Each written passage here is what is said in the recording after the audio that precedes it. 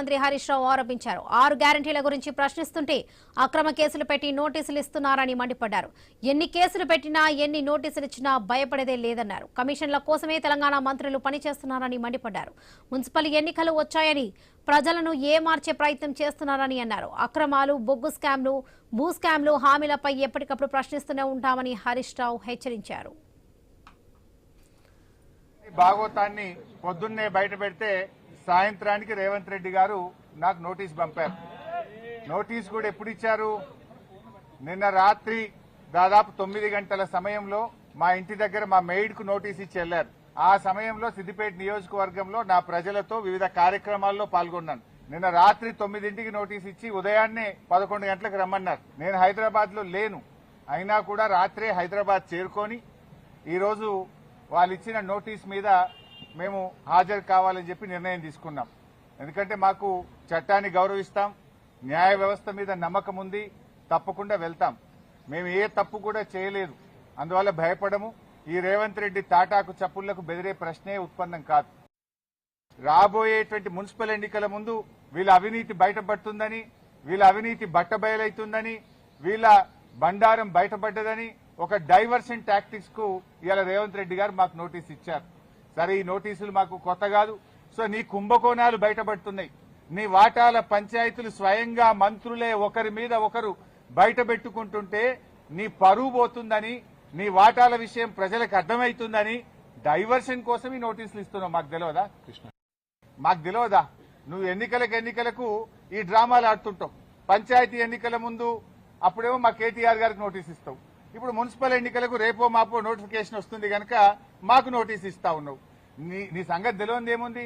మొన్న పంచాయతీ ఎన్నికల ముందేమో రైతు బంద్ వేసినావు. ఇప్పుడు యాసంగి పంటకు ఎందుకు రైతు బంద్ వేస్తలేవు? పంచాయతీ ఎన్నికలు లేవు. 2 ఏళ్ల నుంచి డ్రామాలు ఆడుతున్నావు. హైకోర్టు కొట్టేసింది, సుప్రీంకోర్టు కూడా కొట్టేసింది. నీ చెంప చెల్లుమనే విధంగా తీర్పు ఇచ్చింది. నువ్వు పెద్ద పెద్ద అడ్వకేట్లను, రాష్ట్ర ప్రభుత్వ డబ్బులను, కోట్లాది రూపాయల డబ్బులు ఖర్చు పెట్టి పెద్ద పెద్ద న్యాయవాదులను పెట్టినావు నా మీద.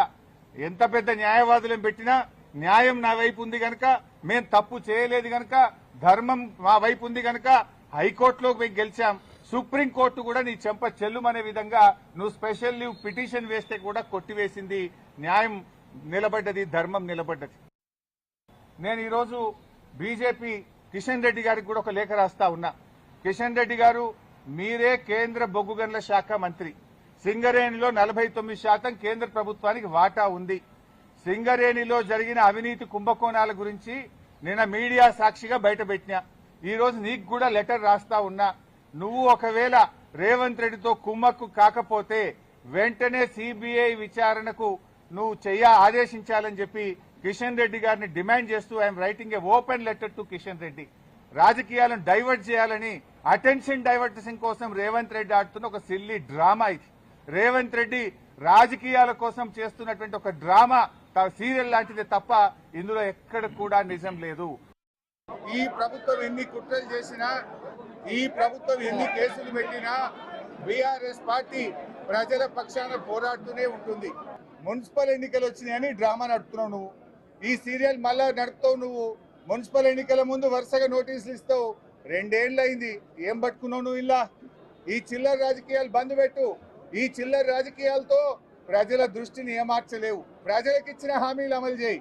మా మీద కేసులు పెట్టు, అటెన్షన్ డైవర్షన్ చేసో, డైవర్షన్ పాలిటిక్స్ తో తప్పించుకోలేవు రేవంత్ రెడ్డి. ఇంకా గట్టిగా నిన్ను ప్రశ్నిస్తూనే ఉంటాం, ప్రజల పక్షాన పోరాడుతూనే ఉంటాం. రేపు మున్సిపల్ ఎన్నికల ఎజెండా ఒక్కటే, నీ 6 గ్యారంటీలు. మున్సిపల్ ఎన్నికల్లో ఎజెండా నీ 420 హామీలు. మున్సిపల్ ఎన్నికల్లో ఎజెండా మా నిరుద్యోగ యువకులకు ఇచ్చే 2 లక్షల ఉద్యోగాలు. దాని మీదనే జరుగుతాయి. ఇది అయిపోయింది. ఇప్పటికే 2 ఏళ్లలో నడిపి అదేదో సీరియల్ లాగా, టీవీ సీరియల్ లాగా నడుపుతా ఉన్నావు. ప్రజలు నమ్మే స్థితి లేరు రేవంత్ రెడ్డి. ఏది ఏమైనా మాకు న్యాయ వ్యవస్థ మీద నమ్మకం ఉంది, చట్టపరంగా పోరాడతాం. నీ నోటీసులకు, నీ కేసులకు బీఆర్ఎస్ భయపడదు, నీ తాటాకు చప్పులకు అసలే భయపడదు. నీకు దిమ్మ తిరిగే విధంగా ప్రజలు రేపు మున్సిపల్ ఎన్నికల్లో తీర్పిస్తారు బిడ్డ రేవంత్.